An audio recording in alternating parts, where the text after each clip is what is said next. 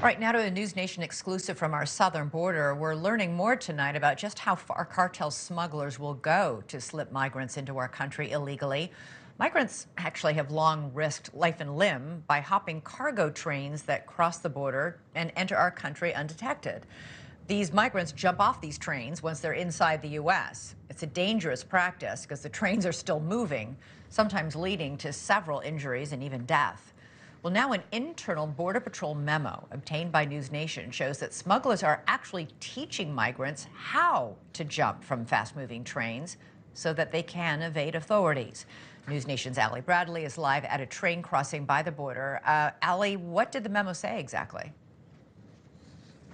Yeah, hey, Elizabeth. Of course, that memo alerting agents of an old tactic, but new ways to carry it out and a little bit more safely here. They were alerted to what they call tactics, techniques, and procedures through a situational awareness memo we were able to obtain. Now, in this situational awareness memo, it actually lays out what the cartel is doing. It is a $13 billion a year industry, so this is all about money for them. So this shows how migrants are being instructed by human smugglers working for the criminal cartels to jump off of moving trains while in the United States to avoid detection. Now, the criminal organizations are even providing safety equipment and instructional videos online showing how they can jump off the train in a, quote, safer manner to avoid injury. So I want to show you some of these images here that were in the memo.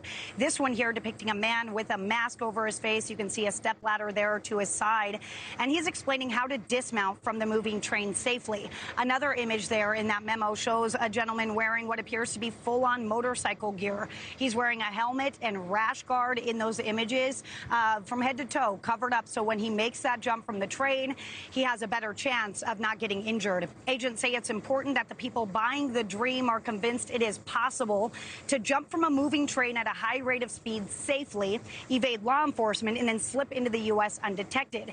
It has nothing to do with keeping people safe, but rather just their latest money-making technique, while also distracting agents from the line. Take a listen.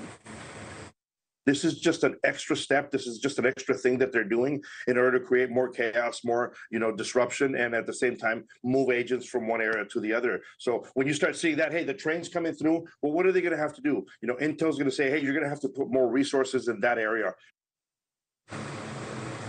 So agents that I talk with say that the more that you pay the cartel, the more you're going to be set up for success. A lot of these migrants, their first move is to jump on what you're looking at here. This is La Bestia, or the train of death. They hop on that down in southern Mexico. That basically brings them right to our backyard, right to our southern border. Now, I do want to bring this up here, Elizabeth, because a county out towards Corpus Christi, Refugio Sheriff's Department and deputies and Border Patrol are actually looking for 25 illegal immigrants that they saw jump on a train.